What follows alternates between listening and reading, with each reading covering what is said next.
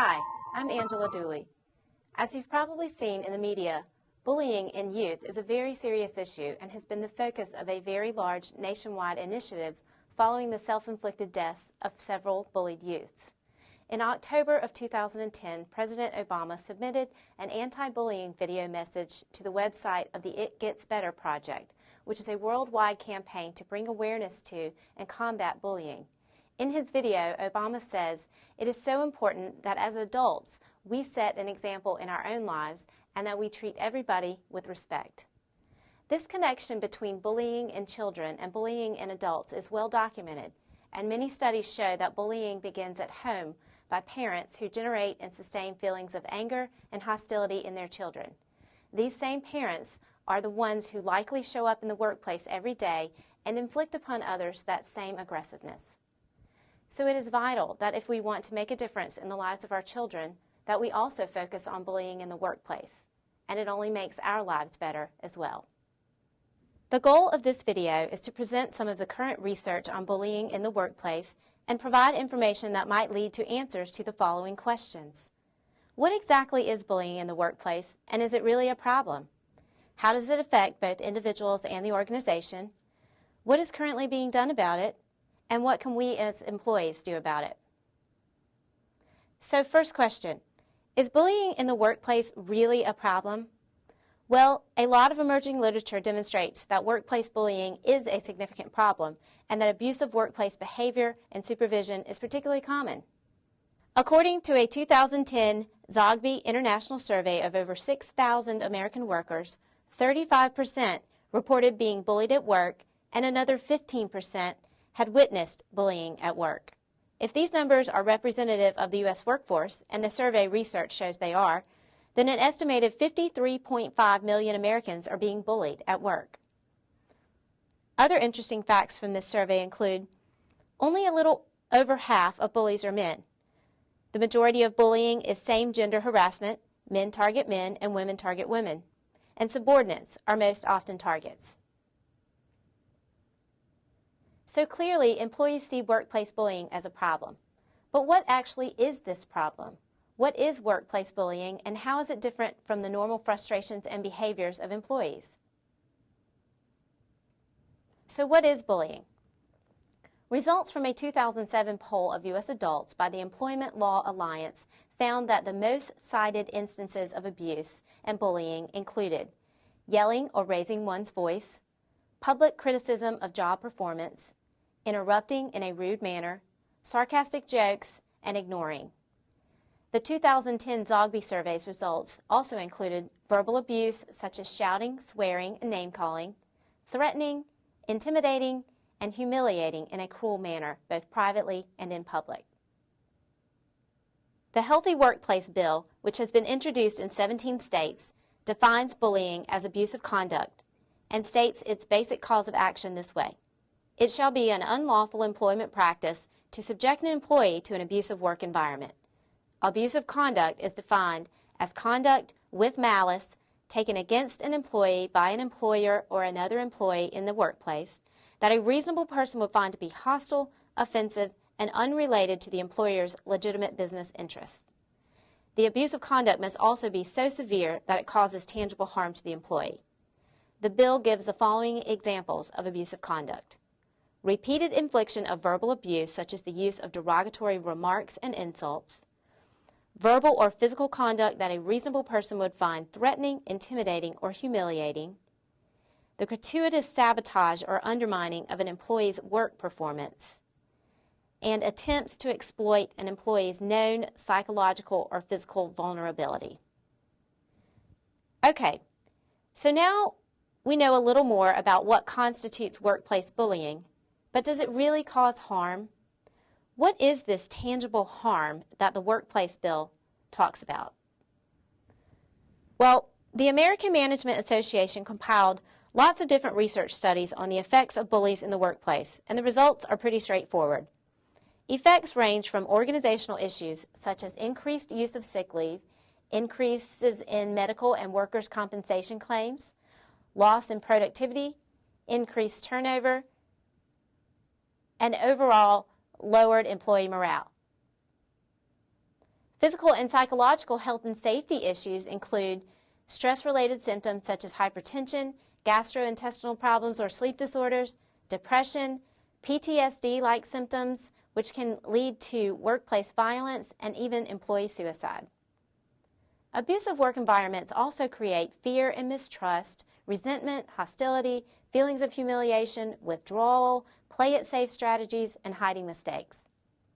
According to Timothy Judge, a management professor at the University of Florida who led a 2006 study of the effect of bullying managers on job satisfaction, says, when employees feel they're mistreated, they get even. Worker revenge includes everything from griping and gossiping to actually stealing time, money, or other resources from the company. If your supervisor is mean to you, it increases your workplace deviance because it makes you feel angry and frustrated. Silence in the workplace and the opportunity cost of work is another effect. For example, if a mistreated employee comes up with an idea to save the organization thousands of dollars, will he or she share this idea with management? One indirect but perhaps the most pervasive and destructive effect of bullying is in the lives of children whose parents bully. Several studies in Europe, Australia, and the U.S. have linked violent behavior and harsh discipline in parents with bullying behavior and overprotectiveness in parents with victimization. In one study, the manner which children relate to their schoolmates, either as bullies or victims, is associated with their perceived overprotection and care from their parents. Another study found that bullies tended to have authoritarian parents, and they more often disagreed with their parents. Still another found that mothers' needs to exert power over their children rather than grant them independence were related to bullying. And even teachers' bullying can aggravate student bullying. So there is quite a bit of research to make the inference that parents that bully children raise children that bully. According to national statistics, about 32% of children ages 12 to 18 report being bullied at school. They most commonly said they were made fun of, were the subject of rumors, or were pushed, shoved, tripped, or spit on. Consequences and effects in children are the same as those in adults: shattered self-esteem, depression, fear, and in the worst cases, suicide. Wow, so the effects of adult and workplace bullying are very far-reaching and harmful both individually and organizationally. Who would cause such problems in the organization? Who are these bullies? According to researchers from the University of California, Berkeley, and the University of Southern California, there is a direct link between self-perceived incompetence, particularly in managers, and aggression directed towards others. Managers who feel out of their depth in their roles are more likely to bully their subordinates as their feelings of inadequacy lead them to lash out at those around them. So incompetence alone doesn't lead to aggression. It's the combination of having an important responsibility or role and fearing that one is not up to the challenge that may cause bullies to lash out. In other words, those who bully others do so to hide their own inadequacies and incompetence. A 2010 study in the Journal of Social Psychology found that high negativity individuals, or those who are more likely to report significant levels of distress and dissatisfaction than others, were more likely to engage in abusive behaviors. So those that felt victimized had a stronger likelihood of bullying. There are also some organizational things that can lead to bullying in the workplace. Lack of leadership, conflict, and struggle for power could be one. Coworker conflict based on differing values can lead to abusive behaviors if organizational norms permit the conflict to exist and continue. Another large study showed role conflict, interpersonal conflicts, and tyrannical and laissez-faire leadership behavior to be strongly related to bullying, particularly in instances where the immediate supervisor avoids intervening in and managing stressful situations. There is also significant evidence that the culture of many American workplaces actively encourages and even rewards bullying.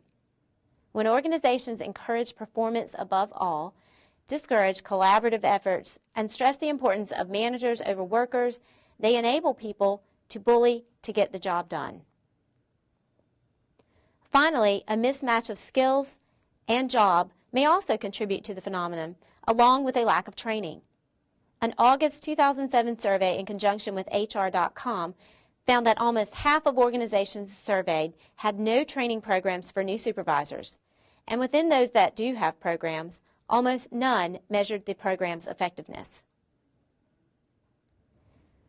So what can we do about all this? Is there any reprieve or any way of combating bullying in the workplace? Well, regarding legal remedies, the current answer is most likely no. The existing legal framework provides very limited recourse to an employee who is bullied at work. Currently, there are no federal, state, or local laws protecting employees directly against bullying or an abusive work environment. While some types of harassment are outlawed under Title VII of the Civil Rights Act of 1964, Title VII's reach is narrow in this case, as it only prohibits employment discrimination based on an individual's race, sex, color, religion, or national origin. Likewise, the extreme behavior that gives rise to the tort of intentional infliction of emotional distress does not encompass most workplace bullying. In order to prove a claim for the intentional infliction of emotional distress, a plaintiff must prove that the defendant acted intentionally or recklessly, the defendant's conduct was extreme and outrageous, and the conduct caused severe emotional distress. While intentional interference with the employment relationship may be a possible cause of action, not all state courts agree that a current employee qualifies as the third party necessary to invoke an intentional interference claim, and state law may not allow a bullied employee to sue his or her own employer under this theory. The Federal Occupational Safety and Health Act of 1970 was enacted to assure healthful working conditions, but the main concern behind its enactment was the prevention of physical injuries, and there was also no compensation to injured parties. In addition, workers' compensation preempts tort claims against employers in many states. In the United States, the favored statutory proposal to create protections against workplace bullying has been the Healthy Workplace Bill. Since 2003, variations of the bill have been filed in the legislatures in some 17 states. Drafted by Suffolk University professor of law David Yamada, the Healthy Workplace Bill provides legal redress for employees who are subjected to an abusive work environment by allowing employees to sue both their employer and the alleged bully for monetary damages. The Workplace Bullying Institute contends that the bill is employer-friendly since it sets a high standard for misconduct, requires proof of harm by a licensed health professional in order for an individual to collect damages, and protects employers with internal correction and prevention mechanisms from liability. Remedies for an employer found liable include injunctive relief, reinstatement, removal of the offending party from the plaintiff's work environment, reimbursement for lost wages, medical expenses, compensation for emotional distress, punitive damages, and attorney's fees. Under the New York bill, an employer found to have caused or maintained an abusive work environment that did not result in a negative employment decision cannot be held liable for punitive damages, and damages for emotional distress will be capped at $25,000. Interestingly, in the 2008 case of Race v. Dosher, the Indiana Supreme Court affirmed a jury award of $325,000 for assault based largely on procedural and evidentiary issues. It rejected a challenge to expert testimony about workplace bullying, which was rendered by Dr. Gary Namey for the plaintiff, holding that expert testimony about workplace bullying was admissible at trial. So if there are no obvious and current legal remedies, what can be done? What works to combat workplace bullying?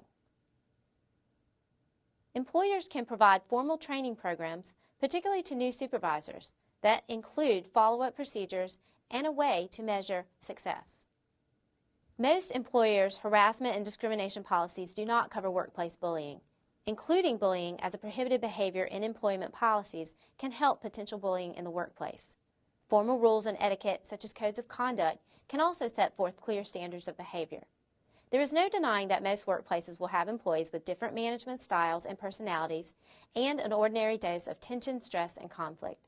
However, when conduct crosses the line and rises to the level of bullying, supervisors or other employees who engage in bullying should immediately be disciplined. A major study found that when values conflicts were solved, power struggles and bullying ebbed.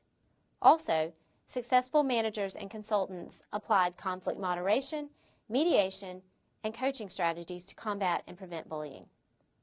So there is a quick look at the current research on bullying in the workplace, what it is, how it affects individuals and organizations, and what can be done about it. As Obama says, we are the example for our children, for our coworkers, and for everyone with whom we come in contact. All of us deserve to be treated fairly, even in the workplace. Thank you.